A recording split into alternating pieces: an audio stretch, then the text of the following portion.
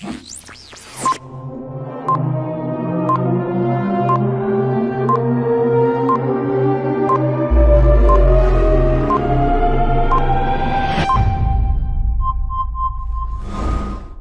Pinacoteca Benedito Calixto, mais conhecida como Pinacoteca de Santos, é um casarão antigo e magnífico que se destaca em uma das principais avenidas da cidade. A Pinacoteca Benedito Calixto, ela foi aberta ao público no ano de 1992 e é uma fundação que tem por objetivo trazer a arte, trazer música, trazer a cultura ao Santista e também a todos aqueles que aqui nos visitarem. Um espaço que acompanhou todas as mudanças da cidade desde o período áureo do café. A casa, que já foi moradia de barões do café, um asilo, pensionato para moças e depois um cortiço que abrigava diversas famílias, por fim foi desapropriada e restaurada. Nos finais de semana nós temos apresentações musicais e nós sempre temos a cada mês uma exposição itinerante. E além disso existem mais de 60 obras do pintor Benedito Calixto, que embora o nome seja Pinacoteca Benedito Calixto, ele não morou aqui na casa, mas é o nosso acervo que traz o nome da Pinacoteca. Um lugar em que suas paredes restauradas com tanta delicadeza e peculiaridade tornaram a casa em si uma grande atração.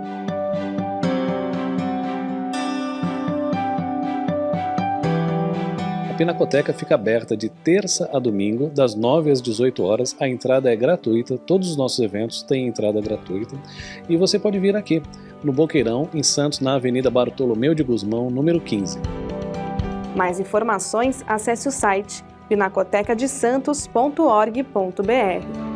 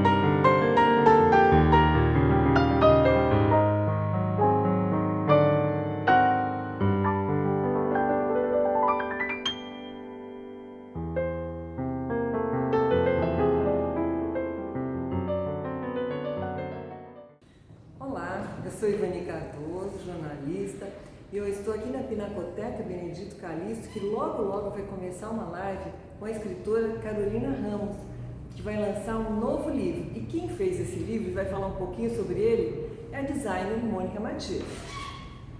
Convido vocês porque a Carolina é uma pessoa muito querida, ela tem uma linda história aqui na cidade de Santos e foi um prazer fazer o livro para ela, porque é um livro que ela almejou muito, demorou muito para fazer, ela tinha isso em mente e assim, todo o trabalho foi com muito cuidado, com muito carinho e ficou bem bacana.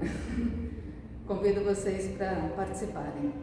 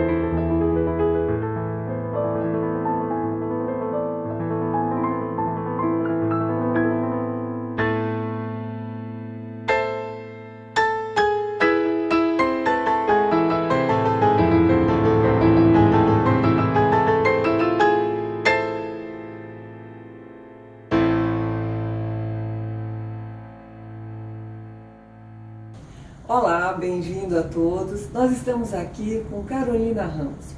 Carolina nasceu em Santos e ela tem projeção não só na cidade, mas também nacional e no exterior.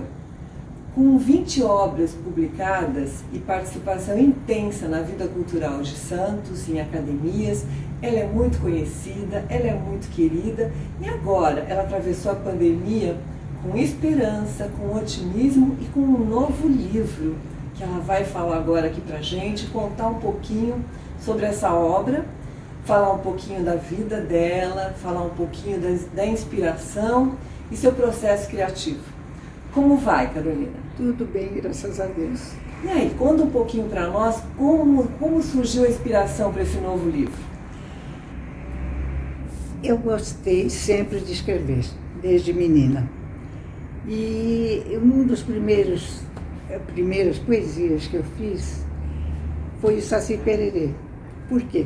Porque havia um concurso no Elos Clube de Santos com o tema folclore, personagens do folclore, né? Eu escolhi o Saci, e o Saci foi premiado. Então, quando eu recomecei a escrever, com outros temas, evidentemente, eu achei que o Saci estava fora da temática. E comecei a fazer, de vez em quando, uma poesia que casava com ele, de tema folclórico. E fui acumulando. E com o tempo, então, veio a necessidade de integrar aquelas poesias e contos também na minha obra. E foi assim que nasceu o Canta Sabiá. E o Canta Sabiá, você foi um dos primeiros livros, é isso? Não, foi um dos primeiros a ser começado, digamos assim, Tá. E vai ser o último, possivelmente. Não, eu sei que você já tem outro projeto em andamento, então... Tenho outros, mas não sei se virão a público. Ah, com certeza, sim. Você escreve contos, prosas, poesias? Sim, São biografias também. E ao todo, esse é o 20º livro, é isso? Com segundas edições, sim. Certo. Você pode falar um pouquinho do seu processo criativo? Como é que tem sido isso para você? Você tem um horário que você escreve? Você escreve, sei lá, de manhã, de tarde? Você gosta mais de madrugada, acorda madrugada e vai escrever quando vem alguma inspiração? Costuma anotar, fazer muitas anotações? Conta pra gente como é o seu processo. Bem, o processo criativo, eu não sei como dizer, apenas a poesia nasce comigo de acordo com as necessidades da minha alma. Porque a poesia, e mesmo a escrita, ela é fruto da alma do poeta, do escritor, né? Ele conversa consigo mesmo. Depois é que vem a público e futuramente, pelo acúmulo, vai para um livro, né? Então, a primeira manifestação poética, digamos assim, foi quando nasceu minha segunda filha, que ela tinha um problema de alergia por leite e não dormia de noite de jeito nenhum. E eu passava noites em claro com ela chorando e eu junto, às vezes chorando também, e comecei a fazer poesia. Depois segui, né? Mas você escreve desde menina, desde sempre? Eu escrevo desde menina. Aliás, eu gosto de contar um episódio que para mim tem muito valor. Eu estudei no Colégio São José e quando passei do primário para o ginásio, encontrei pela frente quem? Dona Zulmira Campos, que em Santos o nome dela é bastante conhecido, como uma professora muito eficiente e muitíssimo severa.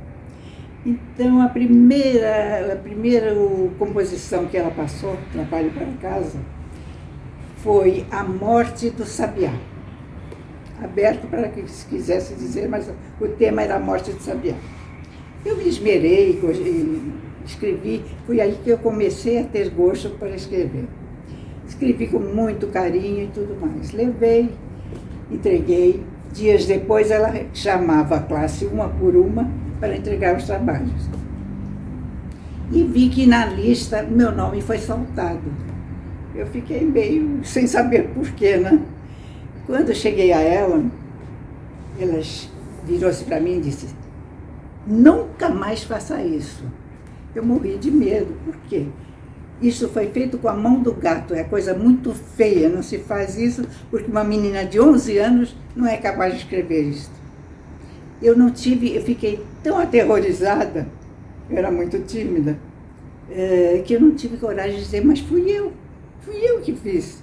Não, eu tive uma reação infantil. Eu dali para frente comecei a escrever frasinhas curtas, para não demonstrar que ela era uma criança que fazia, não um adulto, né? Isso me amarrou um pouquinho o ginásio todo. Depois que eu comecei a abrir as asas, aí foi diferente, tomei gosto mesmo. Você teve que esconder o seu talento, então. Hoje, aliás, Dona Zulmira, depois, quando eu lancei meu livro e tudo, foi muito minha amiga, e eu notei que ela sentia orgulho, inclusive. Mas eu considero hoje que ela me deu o primeiro prêmio de literatura que eu recebi, né? Apesar de ser de forma indireta, mas foi. Não, realmente. E nesse seu novo livro, o folclore é o tema. Aí você costuma dizer que você não é folclorista. Exatamente. Mas você pesquisou para fazer esse livro. Sim, eu terminei o curso de música no Conservatório Santa Cecília. E logo em seguida eu fiz um curso de folclore no Carlos Gomes, Conservatório Carlos Gomes, né? E lá eu me interessei pelo folclore, tanto é que nas provas finais, os temas eram para fazer, por exemplo, uma poesia sobre o folclore do Paraná, eu fiz o Pai Querer. Uma poesia sobre o folclore do Amazonas, eu fiz a Boiuna de Prata e o Bumba Meu Boi Boi também, foi um alto, né? Então, como eu digo, fui colecionando esse tema.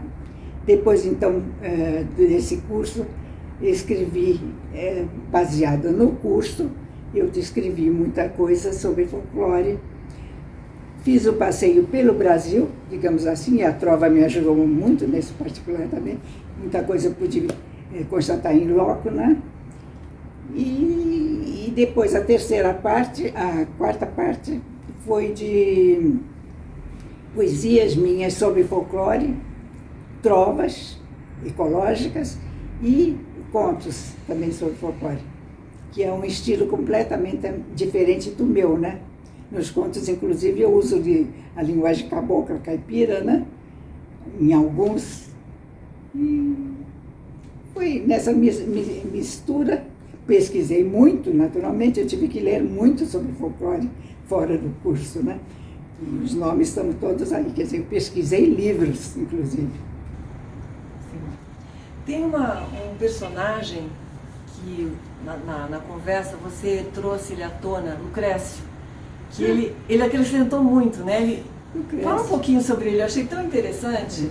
Lucrécio era da fazenda do Pinhal, que pertencia a uma prima espanhola, prima de minha mãe, que era casada com Leonardo de Masi, que era paulistano.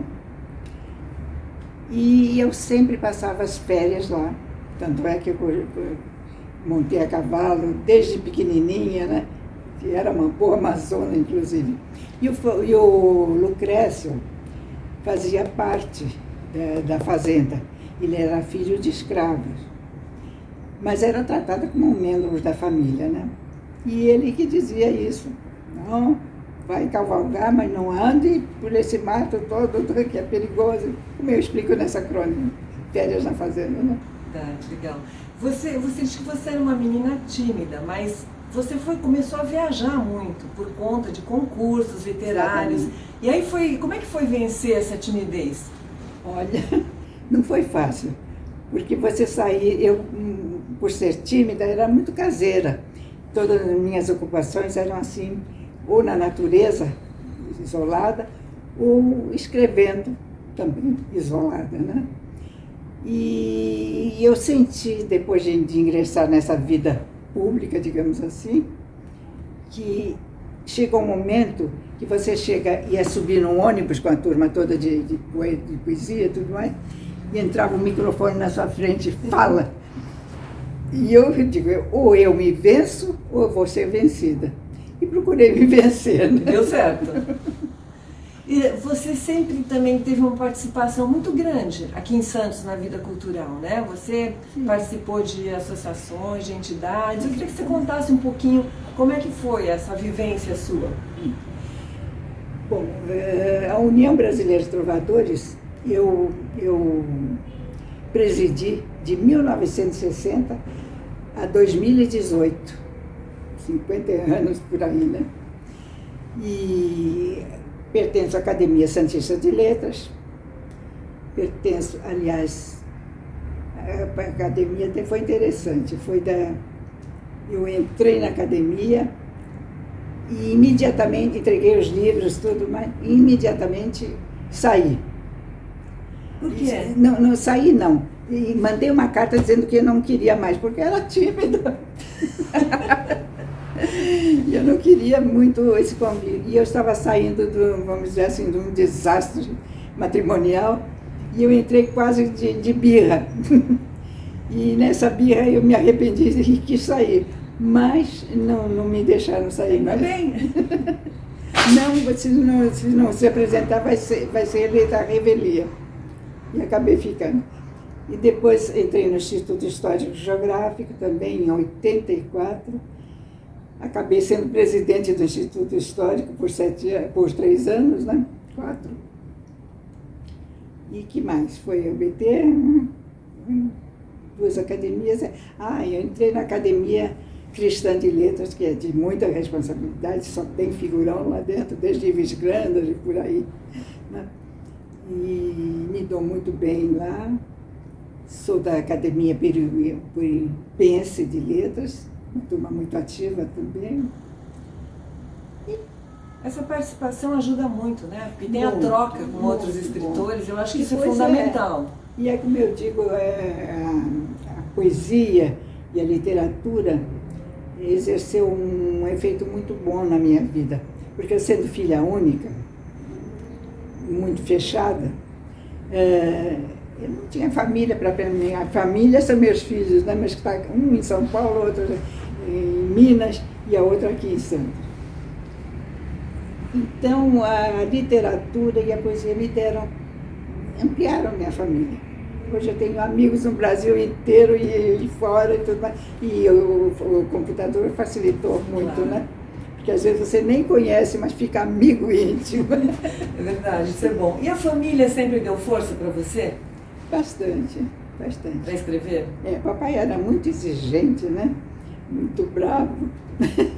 E isso também ele exigia muito. Me lembro quando eu terminei o ginásio, eu fiz o secretariado.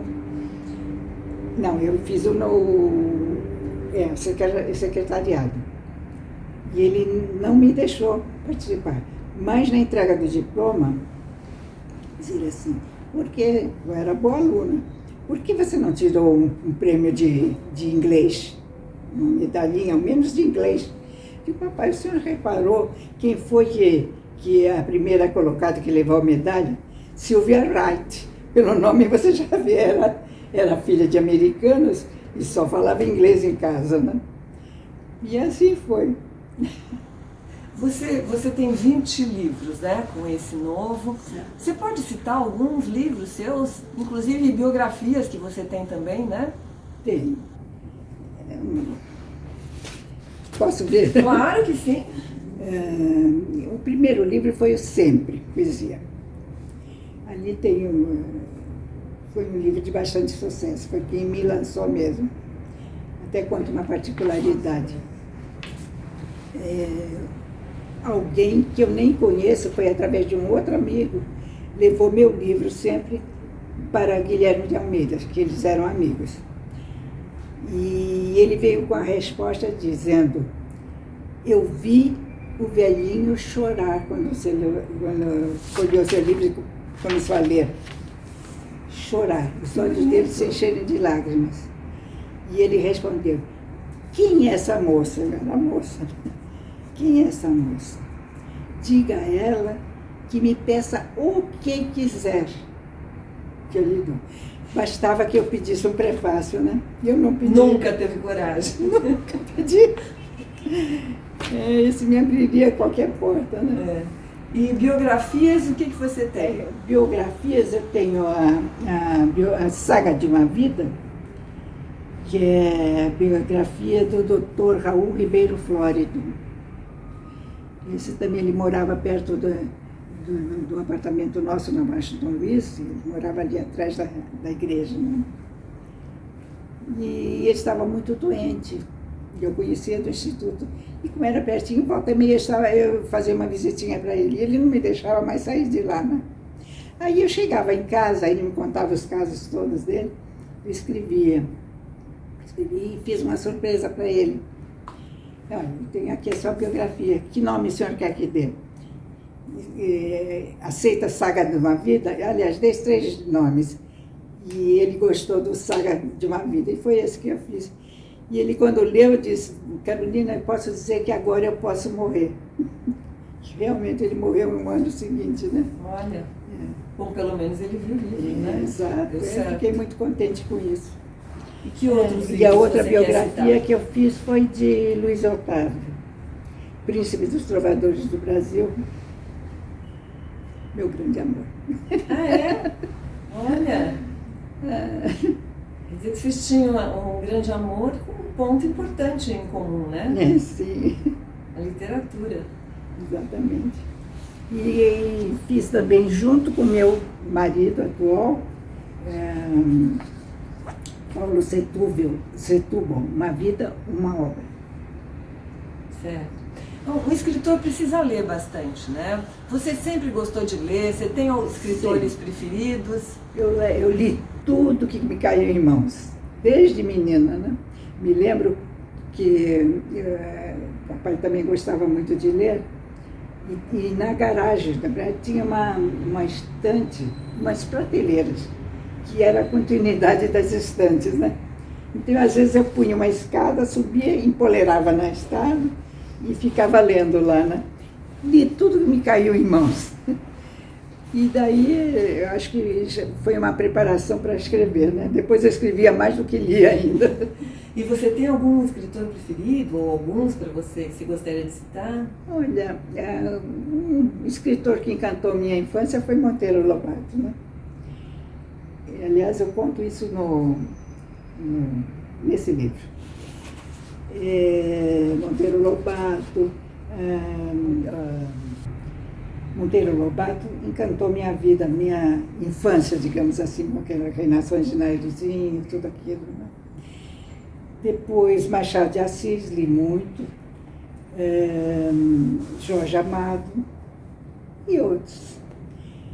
Na parte de estrangeiros, eu gostava muito comecei com Mark Twain, Agatha Christie, que eu li praticamente em inglês, que me ajudou a desenvolver um pouquinho em inglês também, e quase toda a obra dela eu gostava de suspense.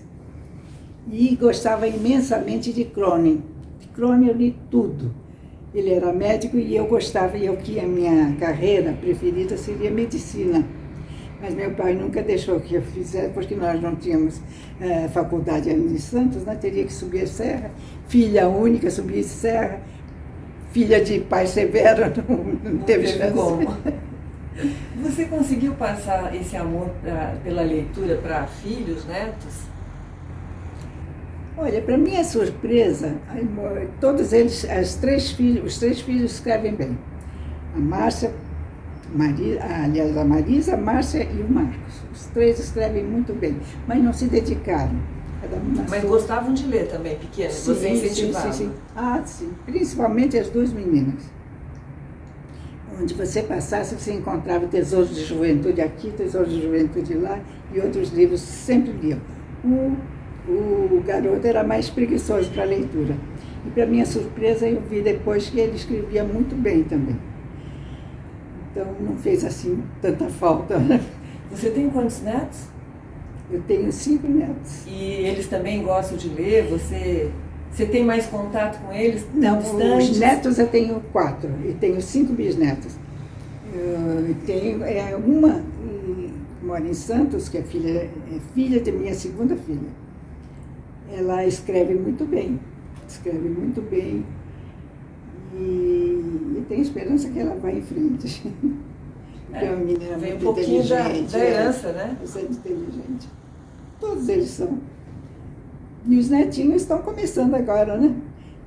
Mas a minha surpresa é que minha neta, mãe de uma desses pequeninos, ela deve ter agora que é uns 6 anos por aí,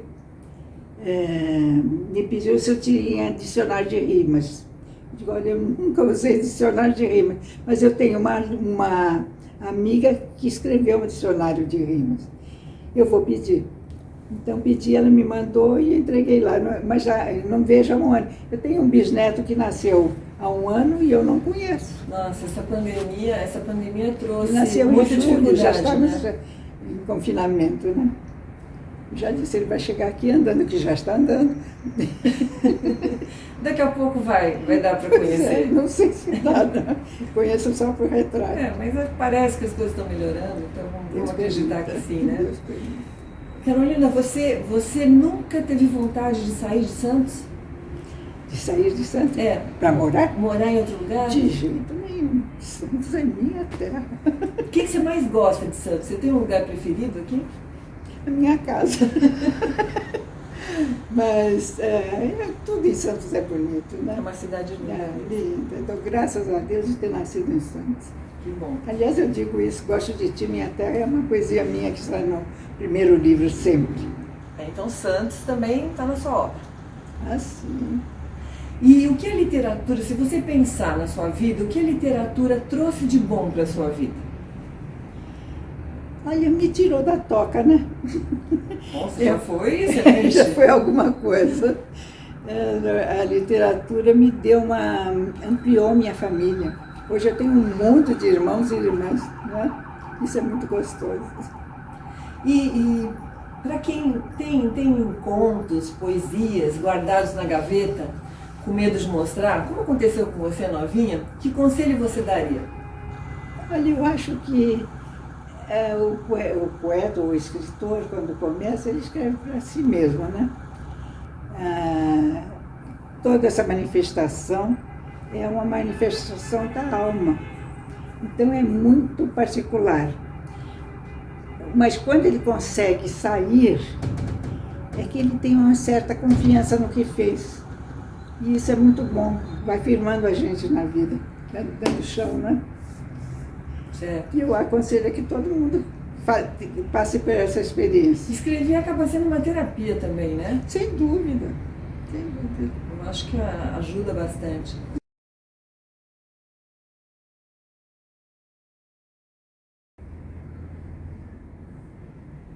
Nós estamos quase encerrando essa live. Mas eu gostaria também de perguntar para a Carolina se ela tem algum agradecimento para fazer pelo incentivo para esse lançamento. De fato, eu tenho. Muita gente me estimulou para que eu levasse à frente essa carreira de escritora, digamos assim, né? Mas, em particular, meu marido, que sempre me incentivou, inclusive me fez com que eu tirasse a minha carteira de jornalista, que eu não tinha, embora eu escrevesse muito tempo para a cidade de Santos, para a Tribuna, e em especial a ele, Cláudio de Capa, que foi meu grande incentivador, e é o primeiro a aplaudir as minhas histórias.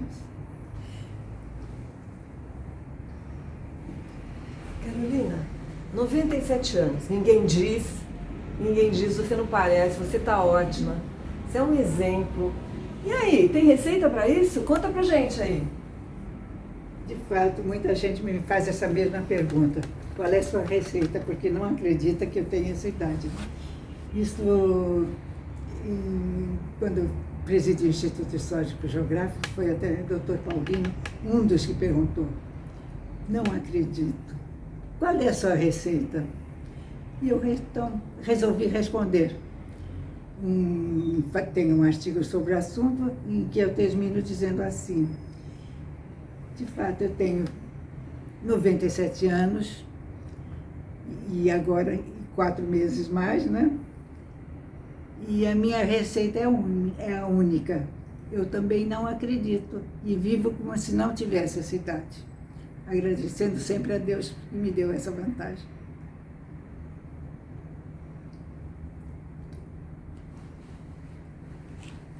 Ótimo.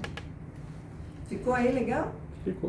E para terminar, eu queria que você falasse, citasse um trechinho do livro, você pode ler, um trecho que você gosta, para as pessoas se entusiasmarem. Bom, o livro, como eu digo, a primeira parte, sem pretensões, é algo didática, porque eu falo sobre folclore, sobre os folcloristas e tudo mais. Agora, desde a definição de folclore e tudo isso. Depois eu entro na parte de um passeio, digamos assim.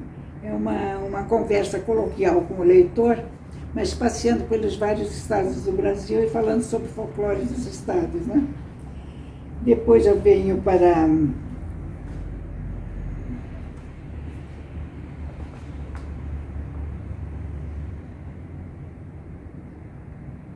deixa eu ver se eu leio uma.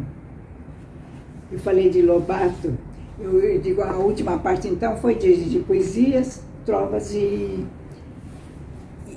contos.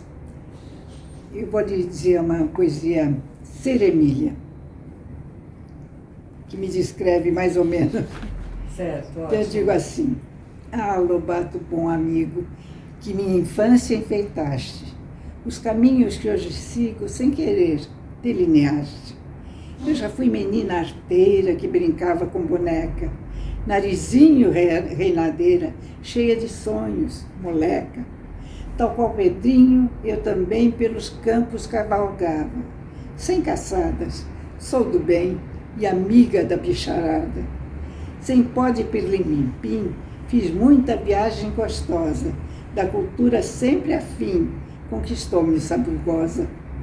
Lobato, só coisa linda de ti me veio, portanto, guardo com ternura infinda saudades por todo canto. E tive um príncipe, sim, lindo príncipe encantado, hoje tão longe de mim, para os céus arrebatado. Já fritei muitos bolinhos como Anastácia fazia, e rodeada de netinhos, agora com alegria, sou qual feliz Dona Benta entre anjos vindos do céu, mas a paz nenhuma alenta ao correr de del em del. Lobato, os teus personagens, Rabicó, a Cuca, o Anjinho, a Emília a contar vantagem floriram o meu caminho. E ao ver gente perturbando os rumos da pátria nossa, tal qual saci sacizando, lembro os pererês da roça. Os daqui 2 pernas têm, os da roça têm só uma, mas diabruras de ambos vêm e coisa boa nenhuma. Ah, queria ser agora essa Emília irreverente, bonequinha que não chora, mas pensa e diz o que sente. Muito bem! Olha, muito obrigada, um prazer estar aqui com você. Eu acho que as pessoas vão querer ler logo, logo esse livro. Muito sucesso, muito obrigada. Eu que agradeço a atenção, tá? E Muito bem, ficou sensacional. Ótimo. Muito bom.